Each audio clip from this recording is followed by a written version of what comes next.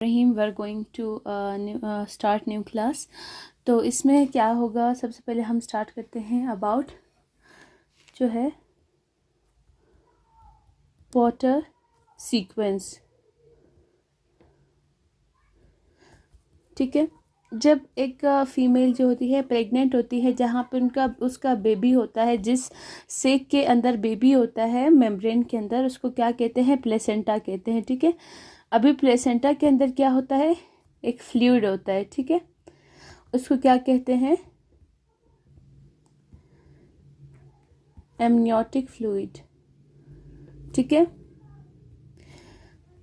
आज जैसे जैसे वीक्स बढ़ेंगे, ठीक है, इसकी वैल्यू बढ़ती जाएगी। ठीक है, अभी जो ये एमनियोटिक फ्लूइड है, ये आता कहाँ से है? ठीक है, जब मदर के पेट के अंदर है तो बेबी, तो वो जब यूरिन करता है, ठीक है, जो बेबी होता है वो क्या करता है?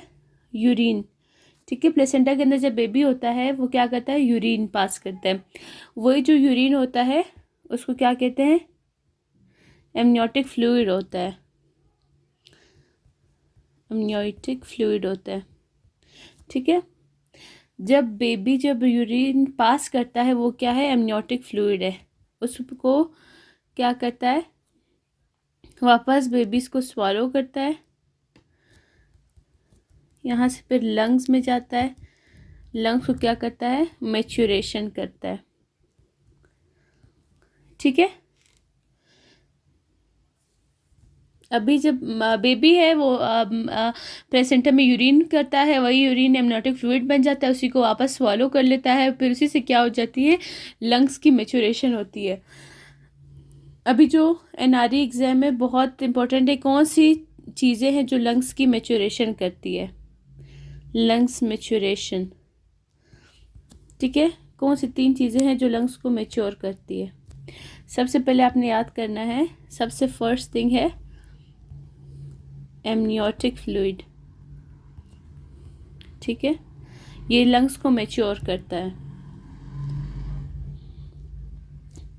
अभी देखो, जिस बेबी में एमनियोटिक फ्लूइड कम होगा उसकी लंग क्या होगी? मैच्योर नहीं होगी। ठीक है, उसके क्या हो जाएगा? उसको होगा पल्मोनरी हाइपोप्लेजिया हो जाएगा। Pulmonary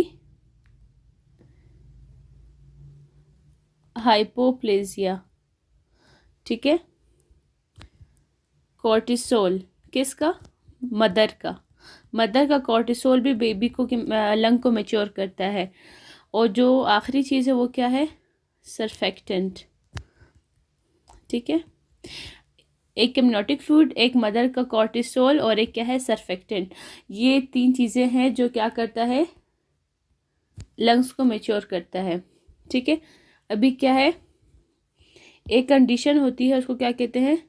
oligo हाइड्रोमनियोज।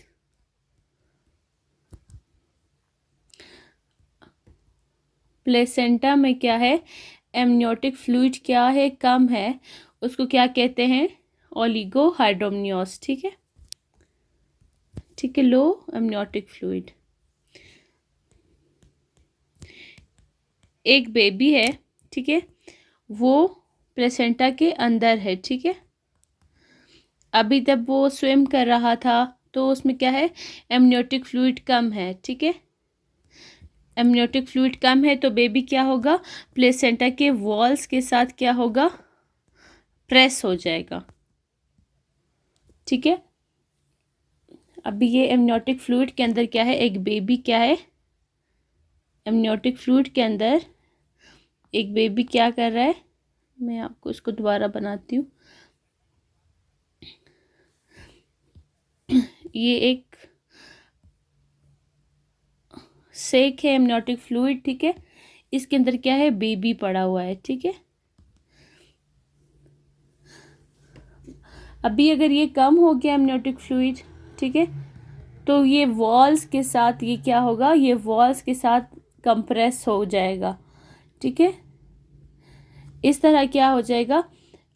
ये बेबी पे, इसकी वजह से क्या होगा? बेबी पे प्रेशर पड़ेगा। ठीक है, तो क्या हो जाएगा? बेबी की क्या हो जाएगी? लिम्ब डिफॉर्मिटी, लिम्ब डिफॉर्मिटी, ठीक है। इसके अलावा इसका जो चेहरा होगा वो यूट्रस के दीवारों से टकराएगा, उसका फेस, तो क्या होगा, फेशियल डिफॉर्मिटी, फेशियल डिफॉर्मिटी। उसके कान जो है थोड़े से, ईयर थोड़े से नीचे होंगे, ठीक है, थोड़े से नीचे होंगे, लो सेट ऑफ ईयर, ठीक है। इसके अलावा उसका जो जबड़ा है मैंडिबल, वो भी नीचे वाला, ठीक है, वो भी क्या होगा, नीचे होगा, रेट्रोग्नेथिया, यानी कि नीचे जबड़ा होगा, रेट्रो मीन्स नीचे, ठीक है। और इसके अलावा इसमें क्या होगी, inward chin, compression of chest, compression of chest. और इसके अलावा क्या होगा, इनवर्ड चिन, जिसको रेट्रोग्नेथिया कहते हैं, ठीक है, रेट्रोग्नेथिया, ठीक है। और इसके अलावा क्या होगा,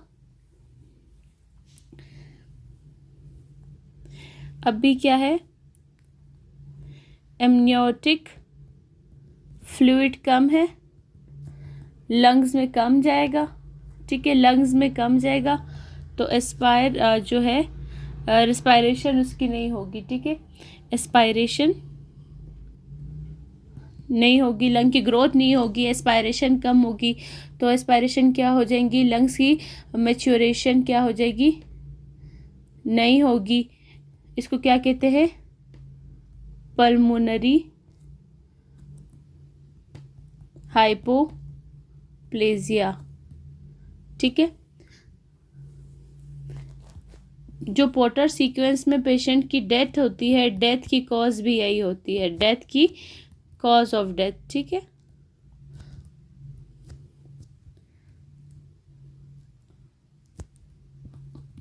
causes of porter sequence, number 1 placental insufficiency, यानी कि उसको ब्लड सप्लाई कम जा रही है, ठीक है। ड्रग यूज़ करिए, कोई भी फीमेल या इस तरह से कोई भी, अगर मदर ड्रग यूज़ करी हो या जो भी इशू आ रहा हो, और बेबी जो प्लेसेंटा में ब्लड कम जा रहा है, तो इसकी वजह से भी क्या हो जाएगा, पेरेंटल इनसफिशिएंसी से भी क्या होगा, यूरिन कम बनेगा, बेबी का यूरिन कम बनेगा, तो एमनियोटिक फ्लूइड भी कम हो जाएगा। अगर मतलब अभी दूसरा क्या है कि अगर मदर बिल्कुल ठीक हो लेकिन बेबी ही यूरिन नहीं बना पा रहा है, यूरिन की फॉर्मेशन नहीं हो पा रही है, फॉर्मेशन नहीं हो पा रही है, ठीक है, उससे भी होगा, ठीक है। उसके अलावा यूरिन फॉर्मेशन, इसके अलावा अगर बेबी में इसकी कॉज क्या हो सकती है, ऑटोसोमल रिसेसिव किडनी डिजीज़, यानी कि इसकी वजह से यूरिन नहीं बनेगा, ठीक है। ये बेबी में अगर ये वाली डिजीज़ हुई तो बेबी यूरिन नहीं बना सकता।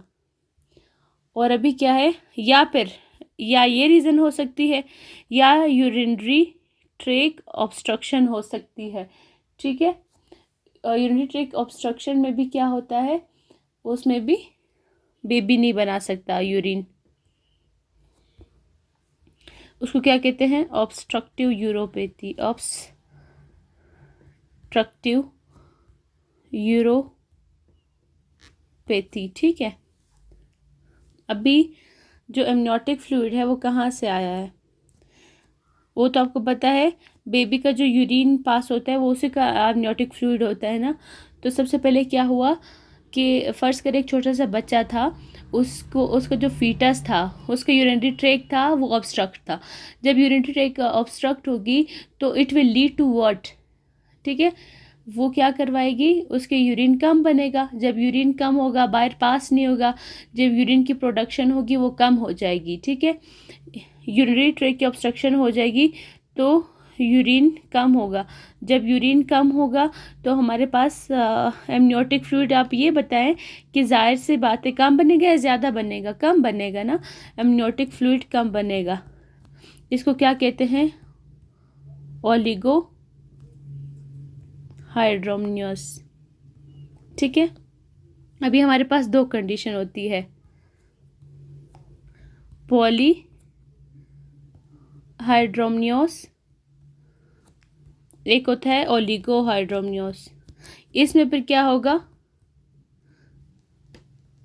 एमनियोटिक फ्लूइड ज़्यादा होगा। इसको हम मेजर कैसे करते हैं? एक पैमाना होता है AFI, एमनियोटिक फ्लूइड इंडेक्स। ठीक है, अभी जो पॉलीहाइड्रोमनियस है इसका जो AFI है मोर देन 25 सेंटीमीटर। ठीक है, ये अल्ट्रासाउंड से मेजर होती है। ठीक है, अगर इसकी वैल्यू 25 सेंटीमीटर से ज़्यादा है तो ये पॉलीहाइड्रोमनियस है। ठीक है, और अगर 5 से भी कम है इसको ओलिगो हाइड्रोमनियस कहते हैं, लेस देन 5 सेंटीमीटर। ठीक है, ओलिगो हाइड्रोमनियस यहाँ पे हमने स्टार्ट किया था इसको। तो इसमें आपने ये करना है कि एमनियोटिक फ्लूइड कितना है? 5 सेंटीमीटर। ठीक है, और अगर मोर देन 25 सेंटीमीटर होगा वो क्या होगा? पॉलीहाइड्रोमनियस। ठीक है, तो फिर ऐसे पेशेंट में जो ओलिगो हाइड्रोमनियस है उसमें क्या होगा? हमें पोर्टर सीक्वेंस देखने को मिलेगा। ठीक है,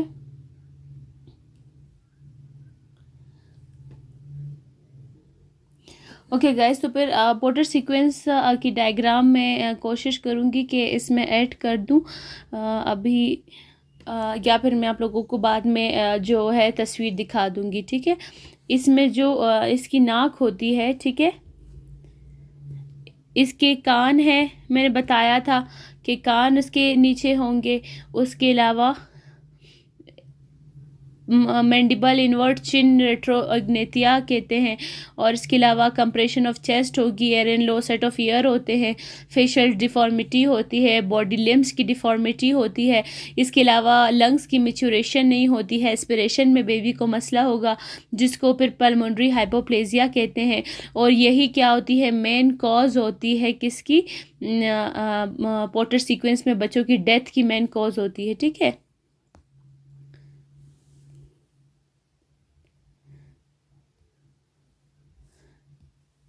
इसमें एक और बात है आपको मैं बताऊं, सिर्फ एक मिनट। इसमें एक और होता है बायलेटरल रीनल एजेनेसिस। अगर एक बच्चा है उसकी बहुत किडनी ख़राब हो गई है तो यूरिन प्रोड्यूस करेगा? नो, यूरिन प्रोड्यूस नहीं होगा तो क्या होगा? तो एमनियोटिक फ्लूइड क्या होगा? इसमें भी ये भी क्या है? ये भी मेन कॉज है किसकी? ओलिगोहाइड्रोमनियस की, ओलिगोहाइड्रोमनियस। ठीक है, अच्छा, अभी जो पोर्टर सीक्वेंस का निमोनिक है P4, मतलब पहले पोर्टर। ठीक है,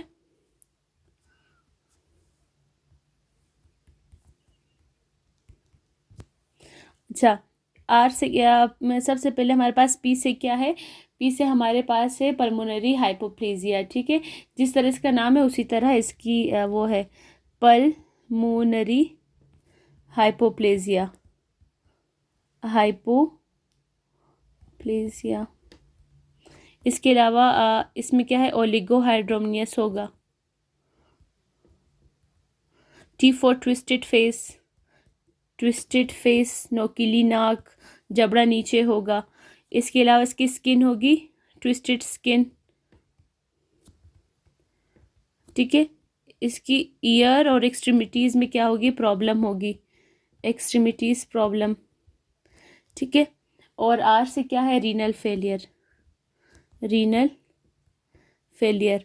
और पोर्टर सीक्वेंस में जो ओलिगोहाइड्रोमयोसिस का मैंने बताया कि लेस देन 5 सेंटीमीटर्स में क्या होता है, एमनियोटिक फ्लूइड होता है, ठीक है। अभी पोर्टर सीक्वेंस यहाँ तक आपको मैंने पढ़ाया। पोर्टर सीक्वेंस में आपके पास मैंने सबसे पहले बताया कि किस तरह हमारे पास मैं वापस ये देखें, पोर्टर सीक्वेंस आज का हमारा टॉपिक था। पोर्टर सीक्वेंस में सेक ऑफ प्लेसेंटा फ्लूइड में एमनियोटिक फ्लूइड क्या हो जाता है, मतलब इसकी बहुत सी रीज़न होती है, ये एक रीज़न से नहीं होता, ठीक है। इसमें सबसे पहले मैंने बताया कि लंग्स मेच्योर कैसे होती हैं, जब मदर के प्लेसेंटा में जब बेबी होता है वो यूरिन जब पास करता है तो वही एमनियोटिक फ्लूइड बन जाता है, वो वही एमनियोटिक फ्लूइड बेबी वापस स्वेलो कर देता है, फिर लंग्स की मेच्योरेशन होती है। फिर लंग्स की मेच्योरेशन का मैंने बताया ये बहुत इंपॉर्टेंट है, बार बार एग्जाम्स में आता है कि 3 रीजंस हैं इसके, एक एमनियोटिक फ्लूइड है, ठीक है, जो कि लंग्स की मेच्योरेशन करता है, और एक है कॉर्टिसोल, वो भी किसका, मदर का या बेबी का, ये भी बहुत बार पूछा जाता है, मदर कॉर्टिसोल और baby cortisol, it's the mother cortisol. फिर इसके अलावा जो है सर्फेक्टेंट बहुत इंपॉर्टेंट है for the baby lungs maturation. Then oligohydramnios जो प्लेसेंटा है उसका अगर एमनियोटिक फ्लूइड कम हो जाए उसको ओलिगोहाइड्रोमनियस कहते हैं। कितना कम होगा, जो एमनियोटिक फ्लूइड इंडेक्स में हम देखते हैं अल्ट्रासाउंड से मेजर होता है, तो अगर 5 सेंटीमीटर से कम होगा तो ओलिगोहाइड्रोमनियस होगा, और अगर 25 सेंटीमीटर से ज़्यादा होगा तो पॉलीहाइड्रोमनियस होगा। तो इसमें क्या क्या होता है, अगर ओलिगोहाइड्रोमनियस हुआ तो बेबी की लिम्ब डिफॉर्मिटी होगी, क्यों, क्योंकि एमनियोटिक फ्लूइड कम है तो प्लेसेंटा के वॉल के साथ बेबी का प्रेशर आ जाता है, बेबी पे प्रेशर पड़ता है वॉल की वजह से, तो लिम्ब्स पे डिफॉर्मिटी आ सकती है, चेस्ट वॉल पे डिफॉर्मिटी आ सकती है। इसके अलावा बेबी का एयर सेट थोड़ा सा नीचे होगा, उसके अलावा कंप्रेशन ऑफ चेस्ट और जैसा बताया। और अगर एमनियोटिक फ्लूइड कम है तो जाहिर सी बात है फिर लंग्स मेच्योरेशन नहीं होगी, लंग्स की मेच्योरेशन नहीं होगी तो बेबी की एस्पायरेशन में मसला होगा, और इसको फिर क्या कहते हैं, पल्मोनरी हाइपोप्लेजिया, ठीक है। Pulmonary hypoplasia is the main cause of the death in the porter sequence. ये क्वेश्चन अभी आ सकता है कि which is the main cause of death in the porter sequence, the answer is the pulmonary hypoplasia. फिर हमारे पास जो parental insufficiency है, यानी कि पेरेंट अगर ड्रग्स ले रही है ड्यूरिंग द प्रेगनेंसी, या कोई और ऐसी अल्कोहलिक मदर है या कुछ इस तरह कोई भी रीज़न हो सकती है, तो इसमें भी बेबी को मसला होगा, बेबी की यूरिन कम बनेगी, जब बेबी की यूरिन कम बनेगी तो एमनियोटिक फ्लूइड कम बनेगा। या अगर मदर ठीक है, मदर बिल्कुल कोई ड्रग नहीं ले रही है फिर भी यूरिन कम बन सकता है, वो किस तरह बन सकता है, अगर बेबी जो है वो एड्रिनल जो है किसी भी उसका शिकार हो, ठीक है, एबनॉर्मल रिस्ट्रिक्टिव किडनी डिजीज़ का शिकार हो, या उसकी यूरिनरी ऑब्स्ट्रक्शन हो जाए, तभी एमनियोटिक फ्लूइड कम बनेगा, यूरिन कम बनेगा तो एमनियोटिक फ्लूइड कम बनेगा, तो बेबी ओलिगोहाइड्रोमनियस का शिकार हो जाएगा, ठीक है। इसके अलावा मैंने पॉलीहाइड्रोमनियस को आप लोगों की इन्फॉर्मेशन के लिए बताया, उसको वो क्या होता है। फिर रीनल एजेनेसिस भी होती है पोर्टर सीक्वेंस में, बहुत किडनी जो होती है वो ख़राब हो जाती है तो यूरिन नहीं बनेगा तो एमनियोटिक फ्लूइड नहीं बनेगा, और ये मेन कॉज होती है ओलिगोहाइड्रोमनियस की, ठीक है। तो ओपन पोर्टर सीक्वेंस का मैंने आपको निमोनिक बताया, पोर्टर सीक्वेंस पोर्टर से ही याद करें, P for pulmonary hypoplasia, O for oligohydramnios, and T for twisted face, T for twisted skin, E for ear और एक्सट्रीमिटीज़ डिफॉर्मिटी, और R for renal failure. So मैंने बहुत कोशिश किया कि आप लोगों को पोर्टर सीक्वेंस में आसान लफ्ज़ों में समझाऊँ, तो इंशाल्लाह आप लोगों को ये समझ आ गई होगी। जहाँ जहाँ आप लोगों को पोर्टर सीक्वेंस में प्रॉब्लम आ रही हो तो आप लोग काइंडली मुझे बताइए, I will try my best कि मैं आप लोगों को इससे रिलेटेड बताऊं। तो अगर कोई भी क्वेरी हो आप लोगों की, आप लोग मेरे इंस्टा पे मैंने डिस्क्रिप्शन में इंस्टा पेज दिया हुआ है, आप लोग मुझे वहाँ पे टेक्स्ट कर सकते हैं, और मैं आप लोगों की सारी क्वेरीज़ का, या आप लोग मुझे कमेंट सेक्शन में भी बता सकते हैं कि कौन कौन सी चीज़ों में प्रॉब्लम आ रही है आप लोगों को, और इसके अलावा आप कौन सा टॉपिक पढ़ना चाहते हैं वो भी बता दें, ठीक है। So thank you so much guys, मुझे बताते रहिएगा, फीडबैक दीजिएगा, और जहाँ जहाँ कोशिश करें आप लोग मेरे चैनल को शेयर, कमेंट एंड सब्सक्राइब करें। Thank you so much guys, अल्लाह हाफिज़।